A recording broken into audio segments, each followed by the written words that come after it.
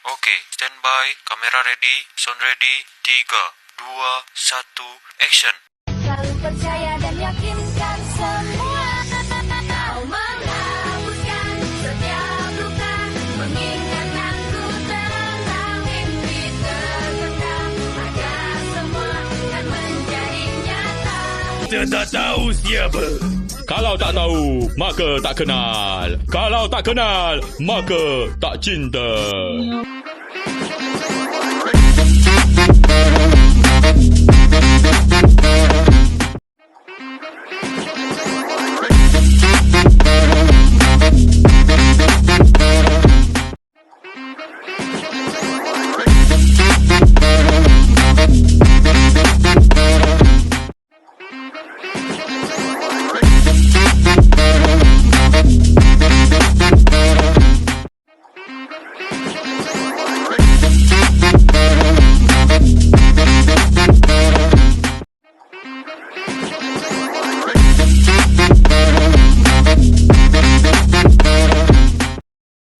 Halo guys, jadi di video ini kita akan membahas audit atas aset tetap dan beban dibayar di muka.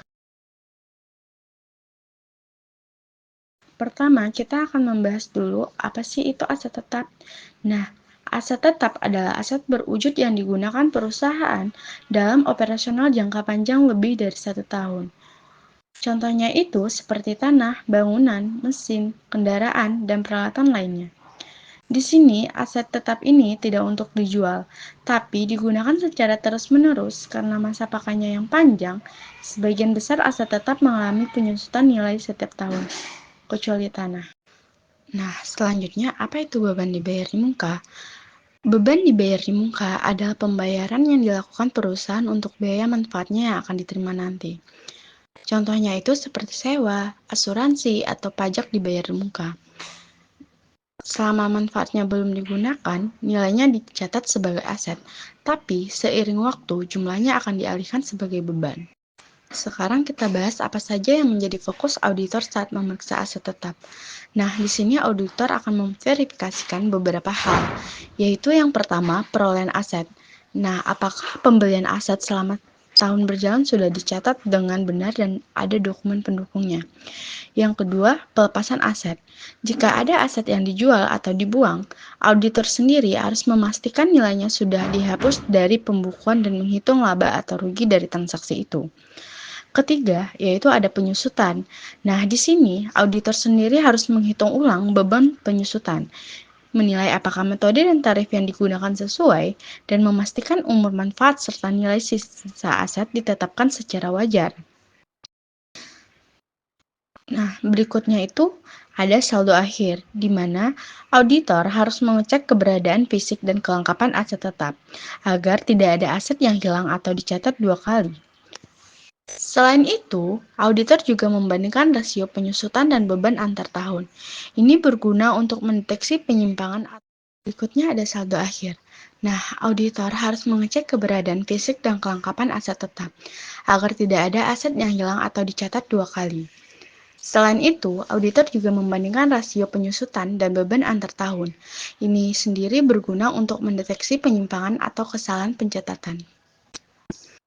Untuk beban dibayar di muka ini, proses audit itu berfokus pada 2 hal, di mana yang pertama, apakah beban tersebut benar-benar membawa manfaat untuk masa depan, dan yang kedua, apakah pencatatannya sudah sesuai dengan periode dan dialokasikan secara tepat. Contoh yang umum diaudit adalah asuransi dibayar di muka. Auditor akan memeriksa polis, faktur, pembayaran premi, serta menghitung bagian mana dari premi yang menjadi beban tahun berjalan. Mereka juga memastikan pencatatan dilakukan ke akun yang benar. Selanjutnya, ada 2 audit atas akun pendapatan dan beban. Nah, di sini tujuannya adalah memastikan bahwa laporan laba rugi bebas dari salah saji dan telah disusun. Selanjutnya, ada juga audit atas akun pendapatan dan beban. Nah, di sini tujuannya adalah untuk memastikan bahwa laporan laba rugi bebas dari salah saji dan telah disusun berdasarkan prinsip akuntansi yang konsisten.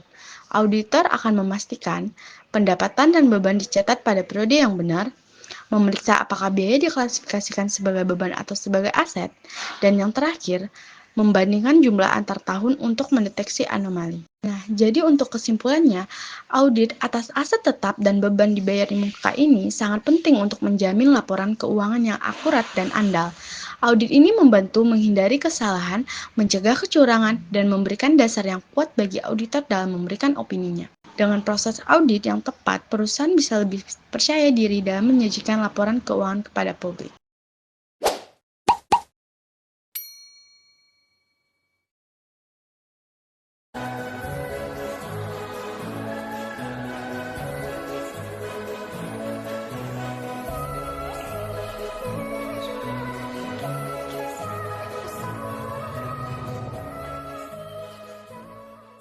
Lima tahun tak ada kepastian masa berlaku